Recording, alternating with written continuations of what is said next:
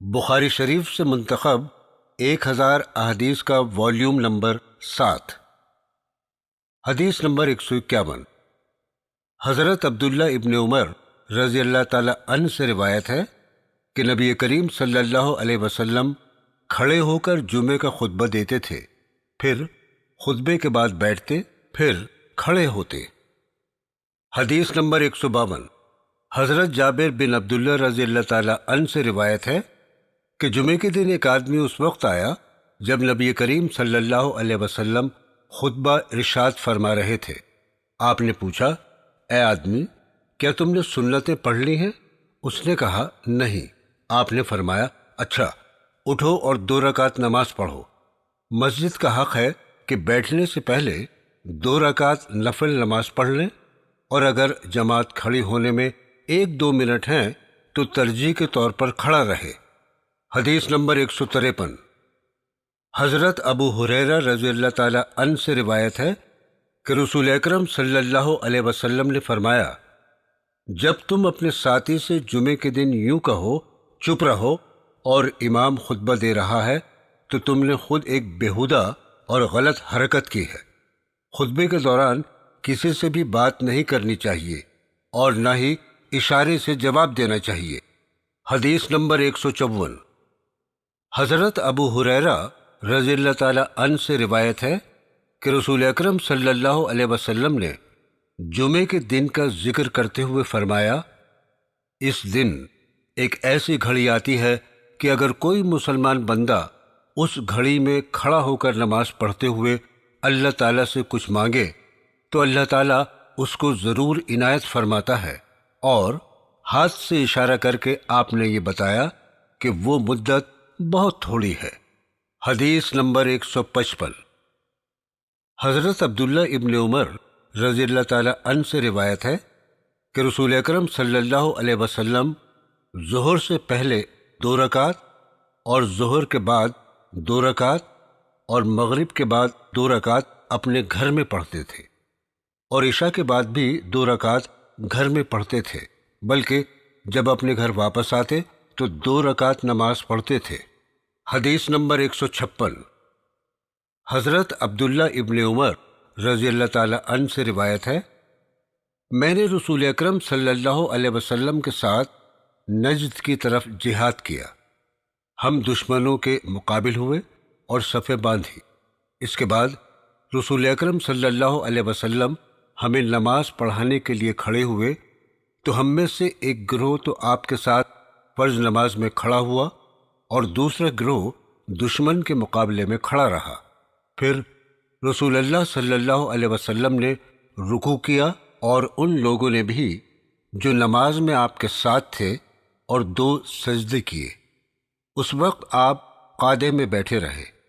پہلے گروہ نے دعا پڑھ کر سلام پھیر لیا اور آپ قعدے میں بیٹھے رہے، اور یہ گروہ چلا گیا۔ پھر یہ نماز پڑھنے والا گروہ لوٹ کر اس گروہ کی جگہ پر آ گیا جو نماز میں شریک نہیں ہوا تھا۔ وہ گروہ آیا، تب رسول اللہ صلی اللہ علیہ وسلم نے ان کے ساتھ بھی ایک رکوع اور 2 سجدے کیے، یعنی پوری 1 رکعت پڑھی۔ پھر آپ نے سلام پھیر دیا۔ اس کے بعد دونوں جماعتوں نے باری باری ایک رکوع اور 2 سجدے کیے، یعنی دوسری رکعت پوری پڑھی۔ حدیث نمبر 157۔ حضرت انس بن مالک رضی اللہ تعالی عنہ سے روایت ہے کہ رسول اکرم صلی اللہ علیہ وسلم نے صبح کی نماز اندھیرے میں پڑھی، پھر سوار ہوئے اور فرمایا، اللہ اکبر، خیبر پر بربادی آ گئی۔ تو جب کسی قوم کے میدانوں میں اترتے ہیں تو جو لوگ ڈرائے گئے ہیں ان کی صبح خوفناک ہو جاتی ہے۔ یہودی گلی کوچوں میں یہ کہتے ہوئے بھاگ رہے تھے کہ محمد صلی اللہ علیہ وسلم 5 حصوں پر لشکر لے کر آ گئے۔ یہ 5 حصے تھے: مقدمہ، ساقہ، میمنہ، میسرہ، قلب۔ آخر رسول اللہ صلی اللہ علیہ وسلم ان پر غالب آئے اور لڑنے والے جوانوں کو قتل کر دیا۔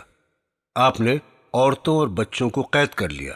اتفاق سے حضرت صفیہ رضی اللہ تعالی عنہ حضرت دیہہ قلبی رضی اللہ تعالی عنہ کے حصے میں آئیں۔ پھر رسول اللہ صلی اللہ علیہ وسلم کو ملی۔ حدیث نمبر 158۔ حضرت برا بن عازب رضی اللہ تعالی عنہ سے روایت ہے کہ میں نے نبی کریم صلی اللہ علیہ وسلم کو عید کے دن خطبہ دیتے ہوئے سنا۔ آپ نے فرمایا، پہلا کام جو ہم سب اس دن کے لیے کرتے ہیں وہ نماز ہے، پھر لوٹ کر عید اضحیٰ والے دن قربانی کرتے ہیں۔ جس نے اس طرح کیا اس نے ہماری سنت پر عمل کیا۔ حدیث نمبر 159۔ حضرت انس رضی اللہ تعالی عنہ سے روایت ہے کہ نبی کریم صلی اللہ علیہ وسلم عید الفطر کے دن جب تک کچھ کھجوریں نہ کھا لیتے تب تک نماز کو نہ جاتے۔ حدیث نمبر 160۔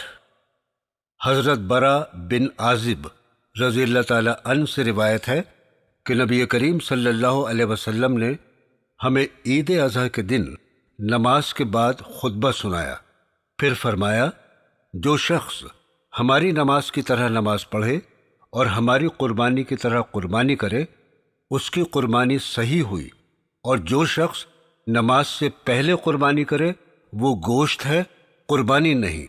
حضرت ابو بردہ بن دینار رضی اللہ تعالی عنہ نے عرض کیا، یا رسول اللہ، میں نے تو اپنی بکری نماز سے پہلے ہی ذبح کر ڈالی، اور مجھے یہ خیال رہا کہ یہ دن کھانے پینے کا ہے، تو میں نے یہ چاہا کہ سب سے پہلے میرے ہی گھر میں بکری حلال ہو، یعنی اس کی قربانی ہو، اس لیے میں نے اپنی بکری ذبح کر ڈالی اور نماز کی طرف آنے سے پہلے کھا بھی لی۔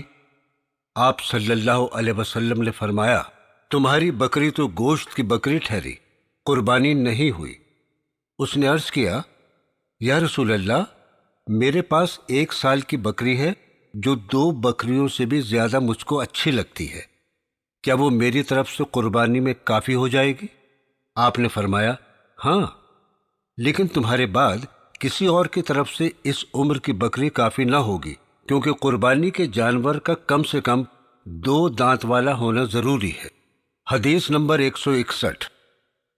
حضرت عبداللہ رضی اللہ تعالی عنہ سے روایت ہے کہ نبی کریم صلی اللہ علیہ وسلم حضرت ابو بکر صدیق رضی اللہ تعالی عنہ اور حضرت عمر رضی اللہ تعالی عنہ عیدین کی نمازیں خطبے سے پہلے پڑھتے تھے۔ حدیث نمبر 162۔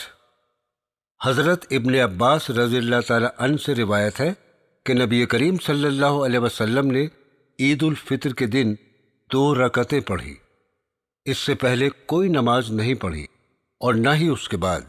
پھر خطبے کے بعد آپ عورتوں کے پاس آئے، حضرت بلال رضی اللہ تعالی عنہ آپ کے ساتھ تھے۔ آپ نے عورتوں سے فرمایا، خیرات کرو۔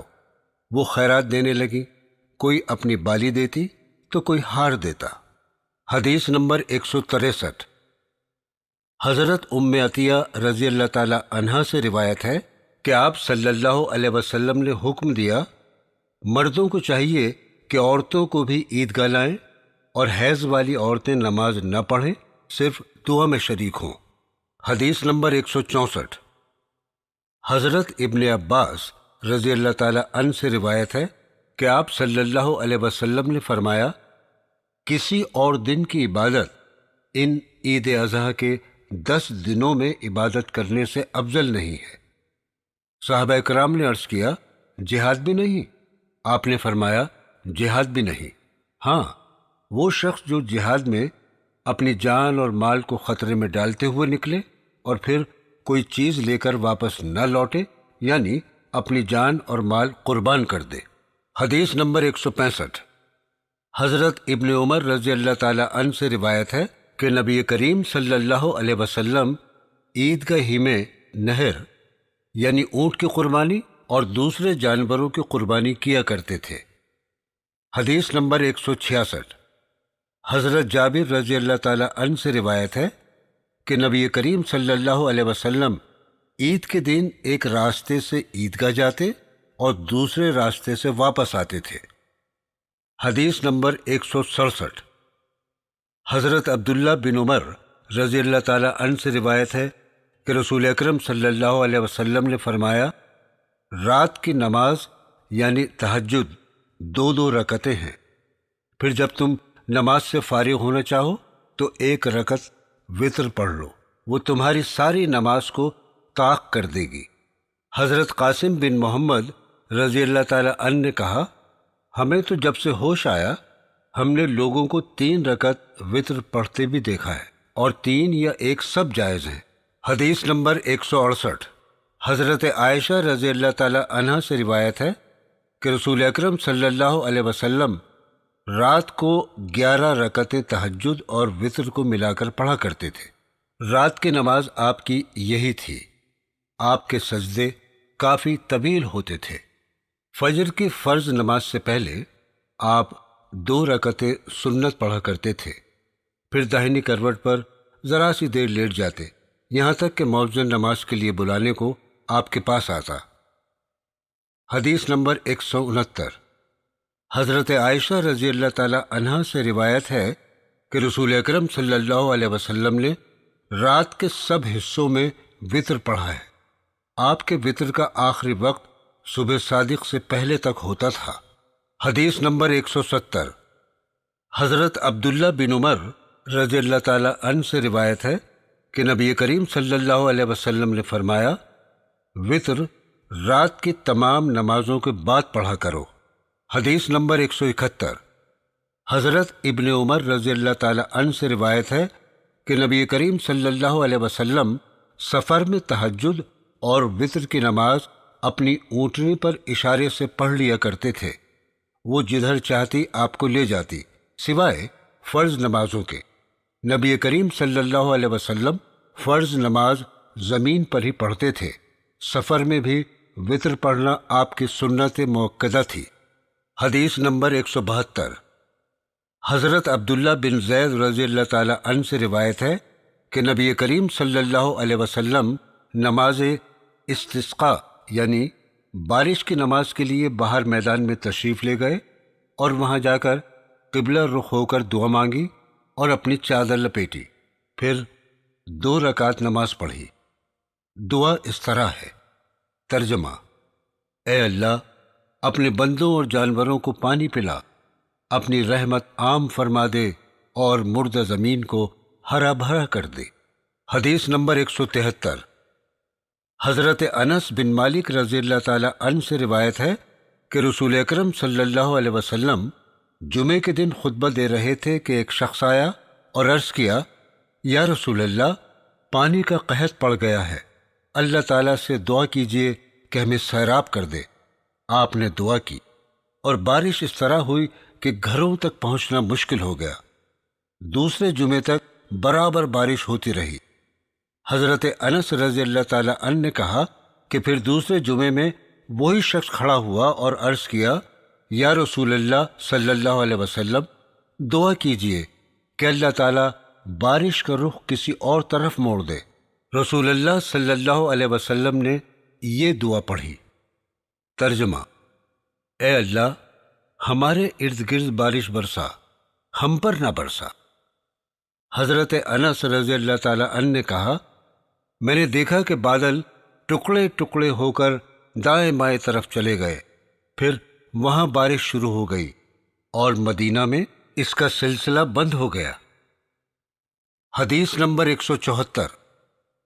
حضرت انس رضی اللہ تعالی عنہ سے روایت ہے کہ نبی کریم صلی اللہ علیہ وسلم نے سوکھے کے وقت بارش کی نماز میں دعا کرنے کے لیے اس طرح ہاتھ اٹھائے کہ میں نے آپ کی بغلوں کی سفیدی دیکھ لی۔